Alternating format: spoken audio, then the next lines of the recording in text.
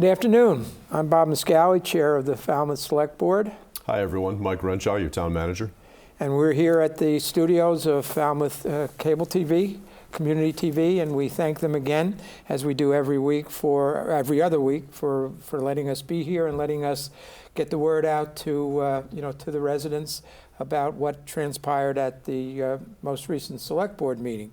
And what a meeting it was, Mike, this past It's a marathon week. meeting. It was a marathon. We started at 6 and ended about 2 minutes to 12, I think. So, but a lot of good stuff and a lot of important stuff was discussed. But there was also a little, out of norm right at the beginning. And I'll let Mike explain about our canines and what we're doing with canines in the police force. Yeah, Bob. So we had a fantastic visit by our two new canine officers. One is a bomb detection and explosive detection dog, and the other dog is a person finding dog. There's another term for that, but both dogs were just amazing. Chief Laurie and his staff have done just a fantastic job getting a really robust canine program up and running in a relatively short amount of time. Yeah. And I think what's particularly unique about what Chief Laurie's been able to accomplish, it's all within his existing budget, which he's been able to solicit some donations, and that was one of the items on the agenda, on the consent agenda. So just want to commend Chief Laurie and his staff for a great job getting that very important program up and running. Yeah, well, one of those donations was from the veterinary Deer Run Veterinary Services, and then there was also a private donation of $5,000. So we thank the vet, and we also thank the anonymous donor as well. Definitely. So the first item we spoke about wasn't really on our agenda, but it was an announcement. There has been a lot of discussion in the newspapers and online and in the community about the discharge permit, the DEP discharge permit for the Easterly. The final permit was issued on February 19th. And there's a period of 30 days during which you can file an appeal. The Select Board met in executive session Friday, the last Friday, and we decided that we didn't feel it was in the best interest for the town to pursue an appeal. We felt that what was in the discharge permit was basically what we had asked for, and it was as good as we were going to get. So we voted or decided not to pursue an appeal and made that announcement at the beginning of the meeting. For the viewers' information, some private individuals and the Association to Protect Cape Cod and the Coonamessett River Trust Fund have instituted an appeal as we understand it, and so that will go through their process. And so we'll wait to see how that develops. But we felt that we got basically all that we asked for. The Zoning Board of Appeals and the negotiation of the revised comprehensive permit, we felt did a really good job. Got as much as they possibly could, and we appreciated the work they did. So, and then we started the regular agenda. And the first thing really was the Lawrence School. And why don't you tell everyone about the Lawrence School Building Committee and what it's all about and how we're going about making appointments. Sure. So there's a state regulation, CMR 963, that authorizes the Select Board as the local governing body to establish a school building committee. As most folks know, Lawrence School, there's a major renovation project that's scheduled, planned, and the Massachusetts School Building Authority, we're working closely with that entity to get funding for that project as well. But the essence, the important part about the school building committee is it's really going to be that body that appoints the project, the owner's project manager, really dives in deep in terms of selecting the architect design team. So a really important element of a project of this scope and magnitude. There isn't a finalized number yet, but it's a $150 million project, so it's extensive. So back on March 9th, the Select Board had appointed 4 members. There's a list of certain members that have to be as part of this school building committee. On the 23rd of March, Select Board interviewed 7 really strong, well-qualified community members. And the CMR, the regulation, state regulation, kind of specifies that these community members should possess certain skills: architecture, engineering, construction experience. There's also a criteria that allows for individuals that are familiar with the school operations. Yeah, really 7 really strong candidates during the interview section of the agenda that were interviewed. And the Select Board opted to kind of stand by on making an ultimate decision on formal appointments, but I think we're going to take that up at perhaps one of the next agendas. I mean, the issue we've struggled with is we don't want the committee to be so large Sure. that it's unwieldy, but we want to have as much involvement with the community as we possibly can. So we want to kind of get to a number that's manageable and at the same time is going to allow for the community engagement and involvement that we want.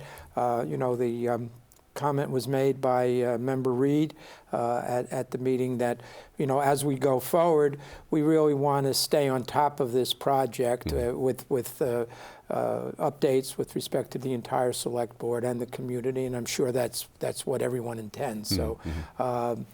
We're hoping to get that going. There's a significant state award to us.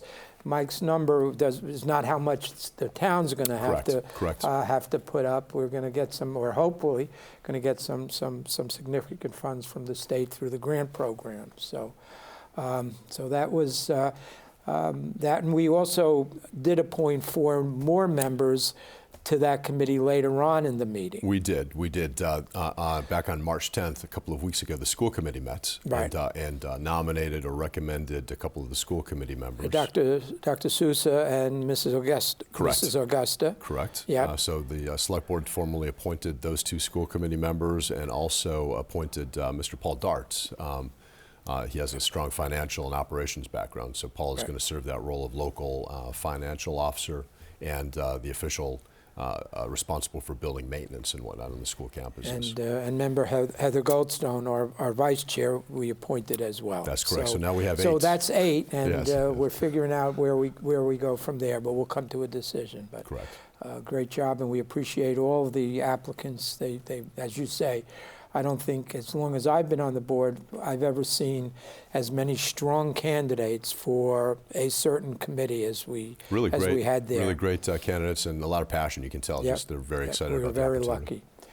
We were very lucky. The town has been really very lucky over the years, over the past couple of years, to have hired 2 really good coordinators, if you will, Stephanie Madsen, who is our sustainability coordinator, and Josh Wrigley, yes. Who is our resiliency coordinator. We've been very lucky in that regard. And Stephanie had a presentation to the board the other evening, and laid out, what we're doing with respect to sustainability, and I think we're doing a pretty good job. Some of the numbers are amazing, and Stephanie, it's just been a joy to work with her. Obviously, she's got a lot of passion for what she does and a lot of energy, but she laid out in her presentation, Bob, the 3 kind of key focus areas that she's established, and again, based upon the Select Board strategic plan, she's kind of carved these out. Green Communities Program, which, as you know, focuses on energy and efficiency improvements in facilities around town. Want to point this out to the community that in the fall of last year, Stephanie applied for and secured a $250,000 Green Communities grant.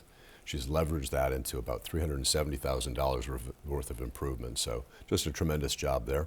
The second kind of pillar, if you will, of focus that she's concentrating on is electric vehicle charging stations and equally importantly, electrifying our fleets, changing over from diesel and gas engines to electric, either hybrid or full electric plug-in. And she's done great work in that area. And lastly, the solar photovoltaic PV installations.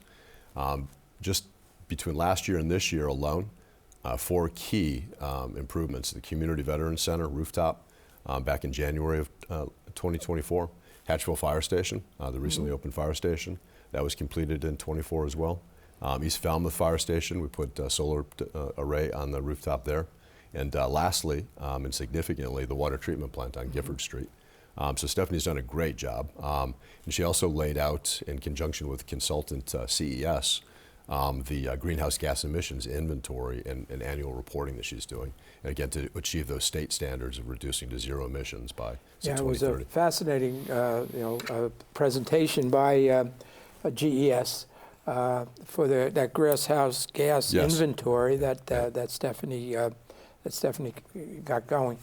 And we also had a very good presentation from both the Energy Committee we did. And the Conservation Commission. We certainly appreciate all the good work they're doing. There's a project on Sam Turner Road. Yes, there is. That Eversource is pushing forward. There's been considerable concern by the neighbors there on Sam Turner Road, and we had a presentation from Eversource about the plan, which was very good to see it. And we heard Eversource acknowledge the concerns of the community, and a fairly good commitment from them to be looking to the community engagement and trying to react to it. They're in the process of completing a feasibility study, and there will be, further meetings and updates on the project. Sure. I was encouraged.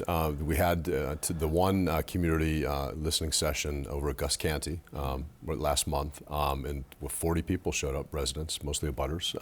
So I was encouraged by Eversource's outreach to the community.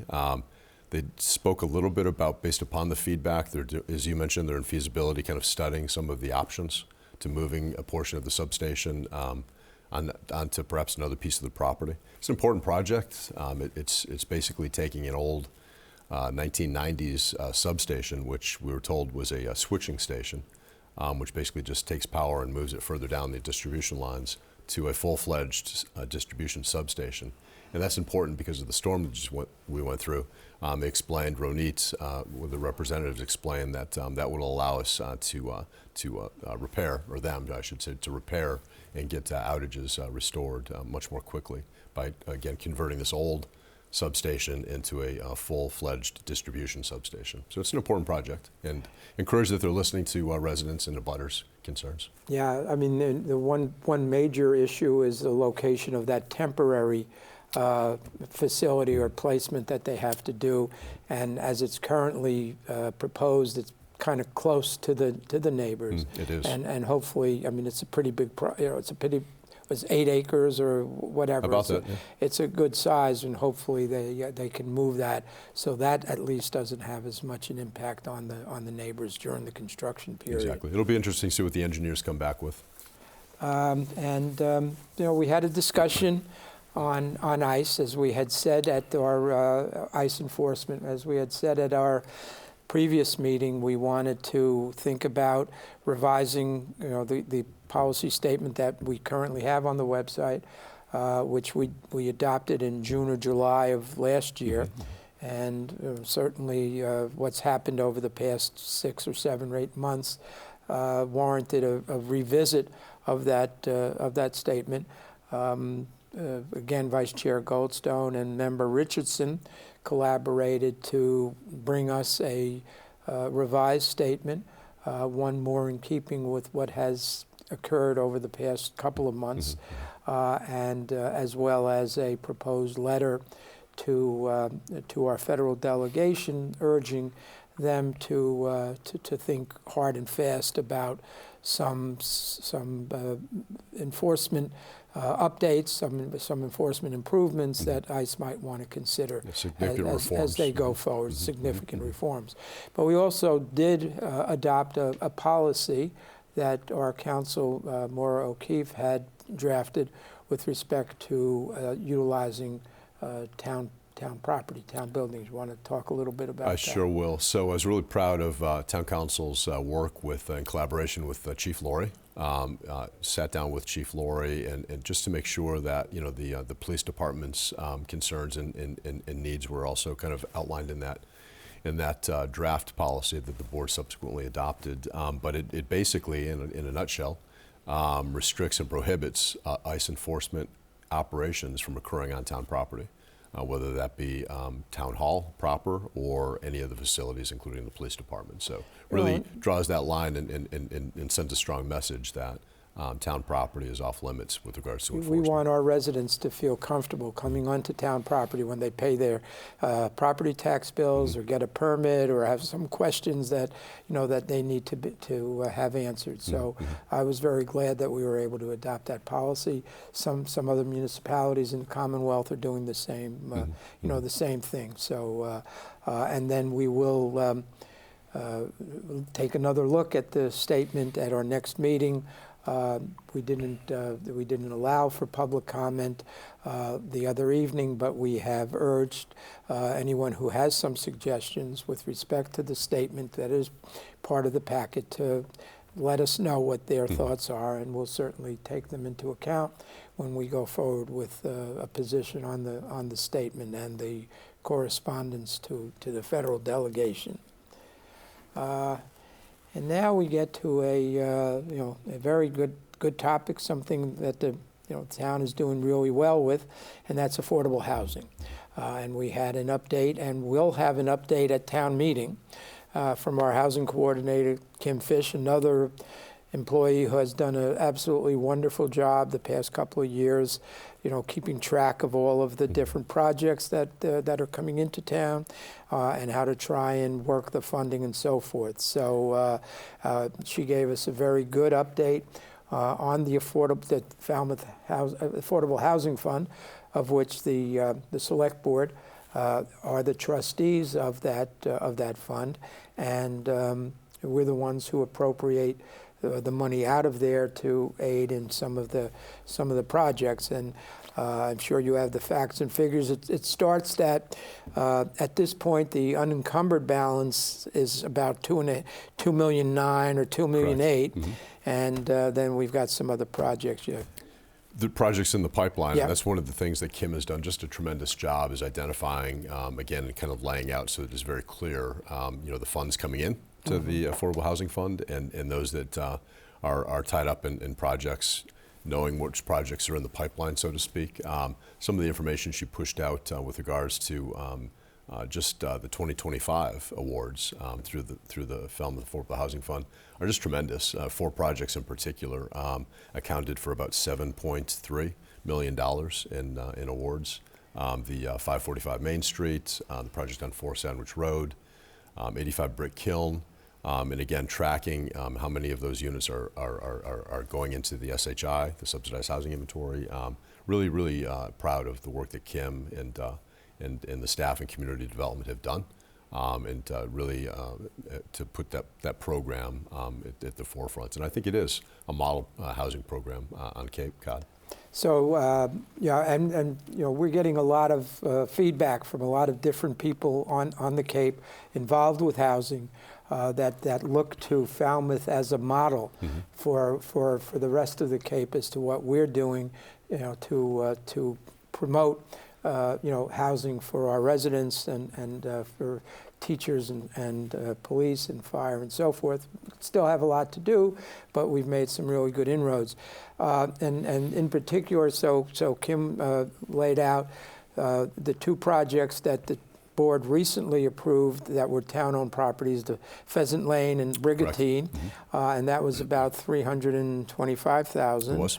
And then a large number that got a lot of people's eyes was the Zero Locust Field. Correct. Which later on in the agenda, we had your recommendation or a recommendation with respect to that property. Why don't you tell us a little bit about Zero Locust Field? Sure, that was one of the town-owned parcels that town meeting approved going out with an RFP. That RFP was issued and opened up in February, reviewed. We had a review committee that's evaluated that proposal, and a great project. I believe the numbers are is it 40 affordable units scattered across? Yeah, and it's a combination of, I think, 6 homeowner, 3 duplex. I think of the numbers. it's a little hard to keep track of I have all them these here, things, but 'cause it's a you've little bit got further them. down the But there are agenda. 3 duplexes, I Correct. think. So and, there are 40 rental units Yeah. and, spread across 2 buildings. Yep. Of the 40 rental units, there will be 1 and 2 and 3 bedroom apartments, tiered area median income, or that AMI. 8 of the units are project-based vouchers. 28 units are at 60%, or I'm sorry, 80% of the AMI, and 2 of the units are at 100% AMI. Also included in the proposal, and I think this is really interesting, because it was a joint venture between Falmouth Housing Corporation, Affirmative Investments Incorporated, and Falmouth Housing Trust. So also included on the project are 6 homes for home ownership, and 3 duplexes, 5 2-bedroom units and 1 3-bedroom unit. So just a tremendous partnership. Those 3 entities got together and submitted the proposal.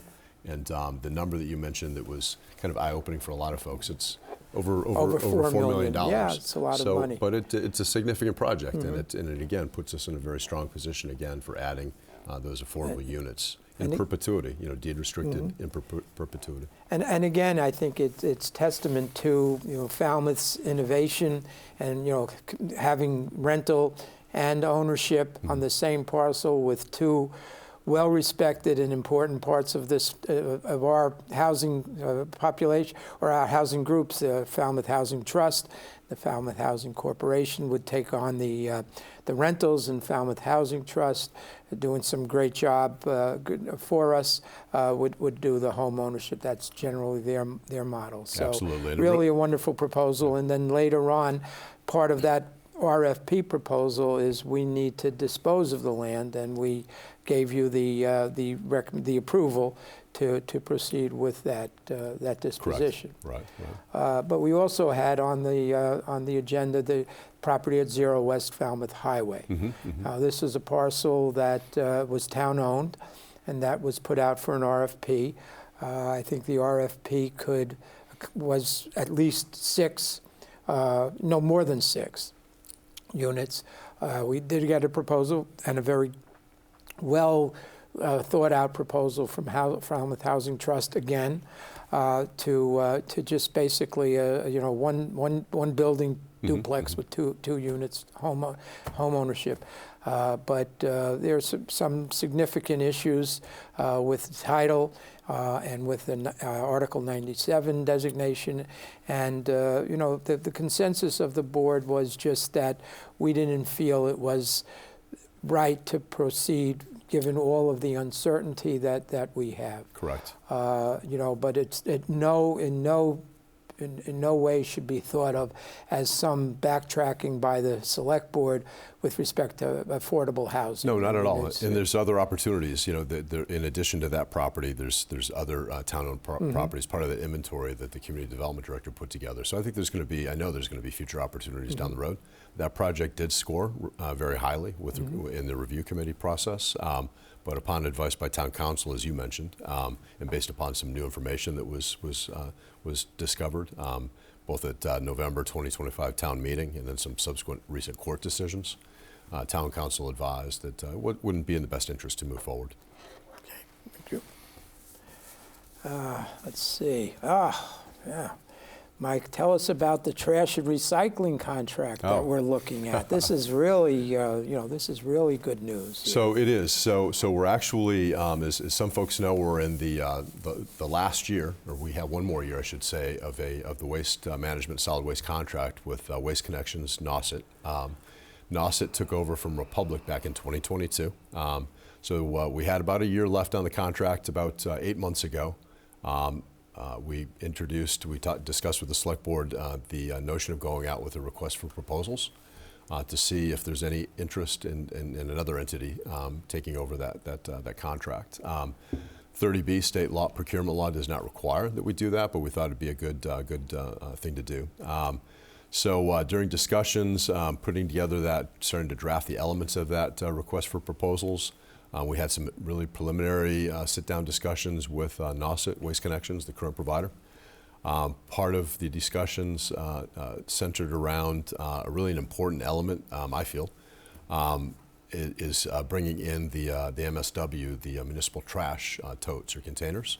One of the issues that I recognized a couple of years ago, and the Solid Waste Advisory Committee has been talking about it for years, is the fact that as you drive down neighborhoods on trash collection day, oftentimes you see a lot of bags of trash out on the ground, inconsistency with the size and condition of the containers.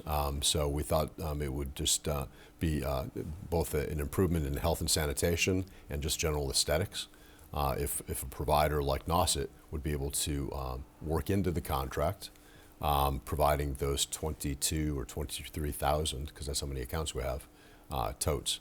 So long story short, in about probably 5 or 6 months of discussions with Nauset, we went from a very high 7-figure number to include that service. It's very good to hear Peter bring us down to a number more manageable, right, within our budget constraints of about $300,000 all in. So the contract as it stands now would be a 5-year extension of the existing contract. Most of the provisions stay the same, with the exception of, like I mentioned, the addition of the municipal solid waste tote addition.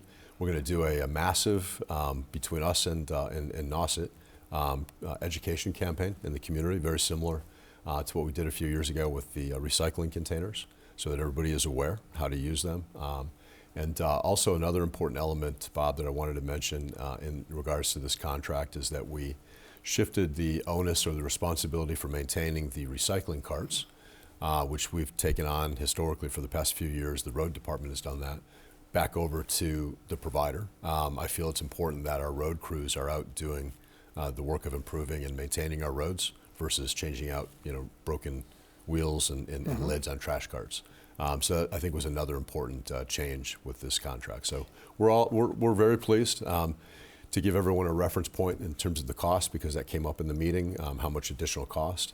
Under this current fiscal year, FY26, the total cost between the recycling program and the municipal solid waste program is about $3.8 million. Effective July 1st of 2026, this upcoming FY27 fiscal year, that increases just about $100,000 to about $3.9 million. So, given how everything is going up, that's really some great work. And there's some protections that limit future increases to the Consumer Price Index. Yeah. So we're very pleased, and again, we've been certainly pleased with the responsiveness and the service provided by Nauset. So we're looking forward to another. You mentioned the Solid Waste Advisory Committee, and hats off to Alan Robinson, yes, Scott Peterson, and that committee, because they worked very closely with DPW to make sure that their concerns that they're very aware of, hearing from the community, were taken into account, and they certainly were in line with what was ultimately decided. Absolutely, another great example of collaboration. Yeah, absolutely. And the what I found to be very, very good was the fact that the residents are going to have a choice as to what size of receptacle or tote they're going to take. They're going to be, if it's a large family with a lot of trash, there's a 92-gallon option. The standard would be a 64, but if you're just putting out a little stuff and you don't want to have to, haul this big thing down to the street, there's going to be a 32 ounce. So I thought that was really a good consideration that DPW put into the offering those contract. options is going to be important. Yeah, and we're thinking of rolling that out pretty soon, Mike. Early to mid-May. They want to, Nauset wants to get the containers delivered, obviously before the summer, the busy summer season. So yeah, we're looking at early to mid-May. Okay. And then we had two kind of naming issues. We have a naming policy that's been adopted because, residents sometimes feel that it's appropriate to name, put some plaque or rock or something on town property, and we have a policy.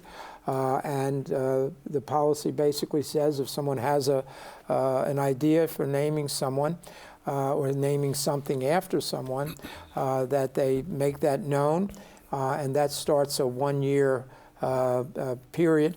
to just let it be out there in the community. People may not think it's appropriate. People may think it's wonderful. At least there's discussion. And then after that 1-year period expires, it comes back to the select board to designate an individual, a member of the select board, to make a determination, research it a little more with the committees that would be involved with where the plaque is going to be put, and then report back to the select board, and then the select board holds a public hearing to decide. So I was appointed by the board about a little bit in February of last year. The Friends of the Falmouth Bikeways, Paul Sylvia and his committee asked to name a rock and a plaque on the Shining Sea Bikeway for Patty and Leonard Johnson, who are wonderful residents of the town, involved in so many different things, the YMCA, the Bikeway. They were pretty much responsible for the extension of the Bikeway from from Depot Avenue to North Falmouth. So I will be talking to some people over the next month or so to see about the appropriateness of and the placement of a plaque for Leonard and Patty Johnson, and I'm looking forward to doing that. And then the 300 committee, I think, had a proposal to name the Little Pond Conservation Area after a long time and wonderful town employee who recently retired after 27 years. Mark Kaspersick. Mark Kaspersick. So that starts the 1-year period, and at the expiration of a year, we'll do the same thing. So yeah, Mark was fantastic. Yeah, 27 years, as you mentioned. Started out as a conservation agent and then transitioned into kind of a land manager role. But just for folks that know Mark, always a smile on his face. And that project and some of the public access to the conservation area and removal of the invasive vegetation species, none of that would have happened without Mark's involvement. So he was a key instrumental player in that. All right, well, I think we covered a lot of ground in the 32 minutes that we have here. So thank you. Thank you to, again, FCTV for giving us the time. And we'll be back in 2 weeks, I think, but that would be after town meeting. But maybe we'll have a little town meeting update. That'd be fantastic. That Thursday after town meeting, which is April 6th. Possibly going over to April 7th, depending upon how much progress we make on Monday night. So thank you for tuning in, and we look forward to being here again in 2 weeks. Thank you. Thank you, everyone. Thank you.